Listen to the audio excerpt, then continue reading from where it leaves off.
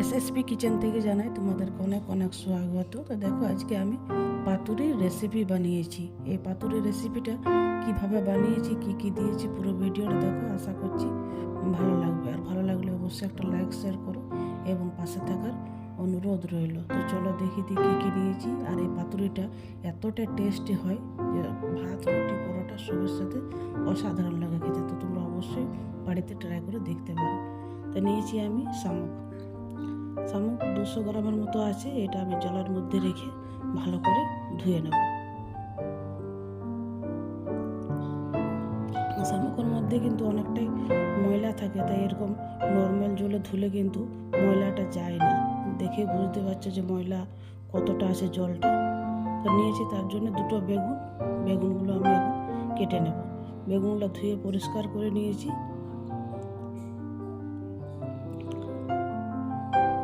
Data দিয়ে খোসাটা ছাড়িয়ে ডাটাটা বাদ দিয়ে দেবো কেটে, দিয়ে মাঝখানে কেটে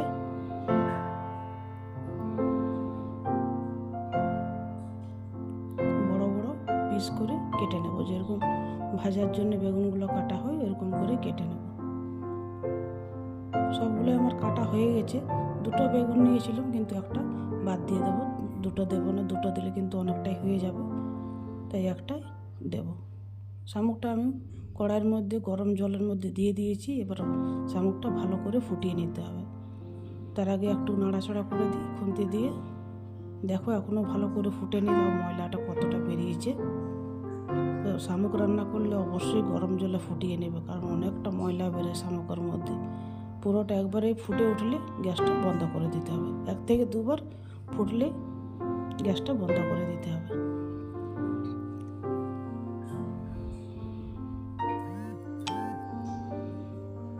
দেখো কতগুলো ময়লা ভাসছে। এগুলা নর্মাল জলে ধুলে কিন্তু যায় না, এগুলো গরম জলে ফোটালে কিন্তু সব ময়লাগুলোই চলে যায়। দেখো এটা আমি এখন ছালনির মধ্যে নিয়ে কলটা খুলে ভালো করে 3-4 বার ধুয়ে নিয়েছি। আর শামুকগুলো আগে কত বড় বড় দেখাচ্ছিল, আর এখন দেখো কত ছোট ছোট হয়ে গেছে, কারণ ময়লাগুলো সব ভালো করে পরিষ্কার করে নিয়েছি গরম জল দিয়ে। তা শামুকটা ধোয়া হয়ে গেছে। কড়াইটা চাপিয়ে দিয়ে দেবো কিছুটা সরষের তেল। আর বেগুনগুলো আমি হলুদ লবণ মাখিয়ে নিয়েছি। বেগুনগুলো যেরকম ভাজা করে সেরকমই ভেজে নিতে হবে।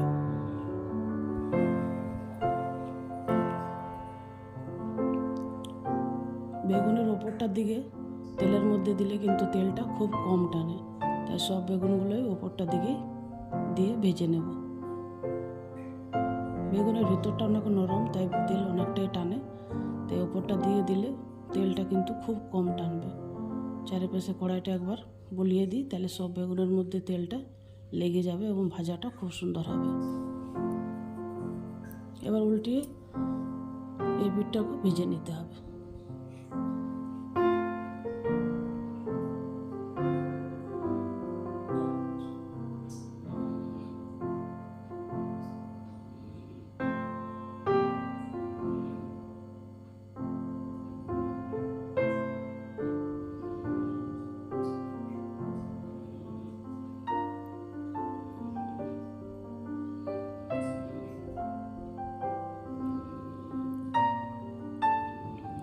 সব বেগুনগুলো উল্টানো হয়ে গেছে।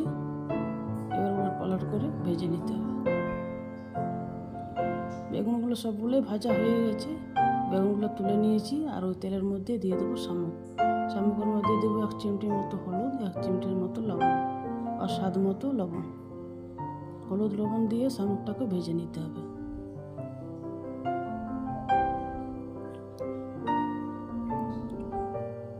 বেশি ভাজা যাবে না, হালকা করে ভেজে নিলেই হবে। বেশি ভাজলে কিন্তু শামুকটা অনেকটা কড়া হয়ে যাবে, দিয়ে খেতে ভালো লাগবে না। তাই হালকা 1-2 বার উলটপালট করে ভেজে নিলেই হবে। শামুকটা ভাজা হয়ে গেছে, একটা প্লেটের মধ্যে তুলে নেব।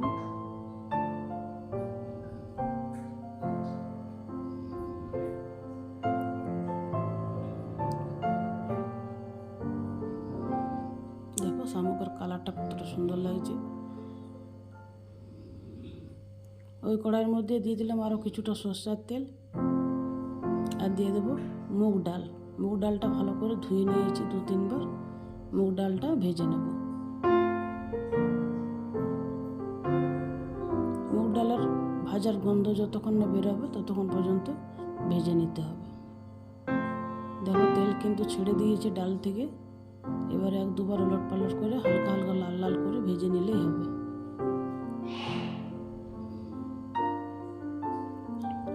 ডালটা হালকা ভাজা হয়েছে, এই সময় পেঁয়াজটা দিয়ে দিতে হবে। পেঁয়াজটাকে এই ডালের সাথে ভেজে নিতে হবে।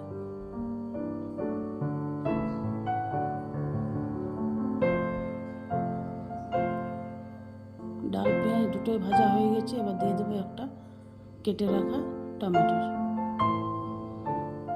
আর দিয়ে দেবো আদা রসুন লঙ্কার পেস্ট।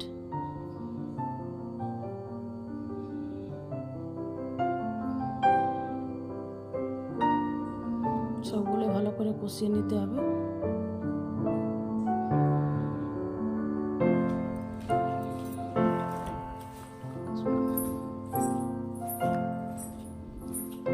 মশলাটা কষানো হয়ে গেছে, আর দিয়ে দেব হলুদ।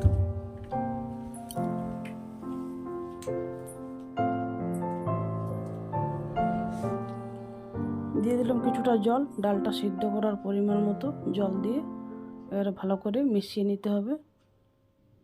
আর দিয়ে দিলাম 2 থেকে 3টা তেজপাতা, দিয়ে দেবো স্বাদ মতো লবণ। সবগুলো ভালো করে আবার মিশিয়ে নিতে হবে। আর ঢাকা দিয়ে মিডিয়াম আঁচে ডালটা সিদ্ধ করে নিতে হবে।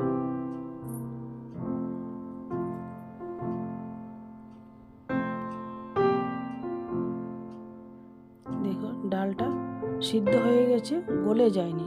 এরকম হলে কিন্তু খেতে ভালো লাগবে এবং রান্নাটা ভালো হবে। দিয়ে দেবো ভেজে রাখা বেগুনগুলো।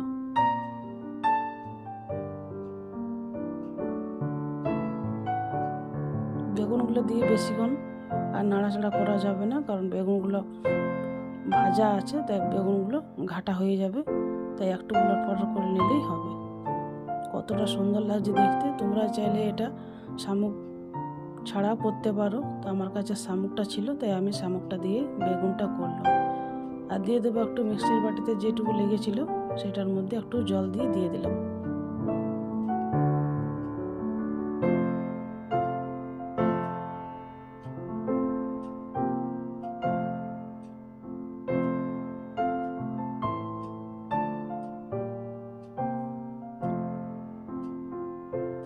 সব কিছু মেশানো হয়ে গেছে।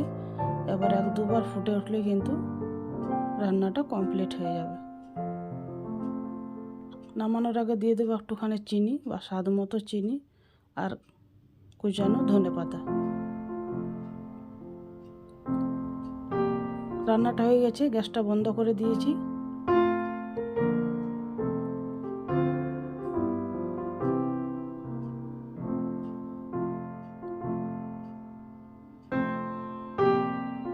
এই রান্নাটা অবশ্যই তোমরা একবার অন্তত বাড়িতে ট্রাই করে দেখতে পারো।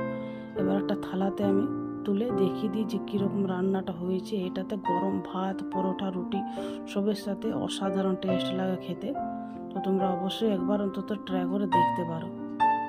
কতটা সুন্দর লাগছে দেখতে, আর গন্ধটা কিন্তু দারুণ বেরিয়েছে। এমনিতে শামুক মাংস সবার পক্ষে খাওয়া খুবই ভালো, কিন্তু অবশ্যই একবার অন্তত এরকমভাবে বানিয়ে দেখতে পারো। পুরো ভিডিওটা দেখার জন্য অসংখ্য ধন্যবাদ জানাই।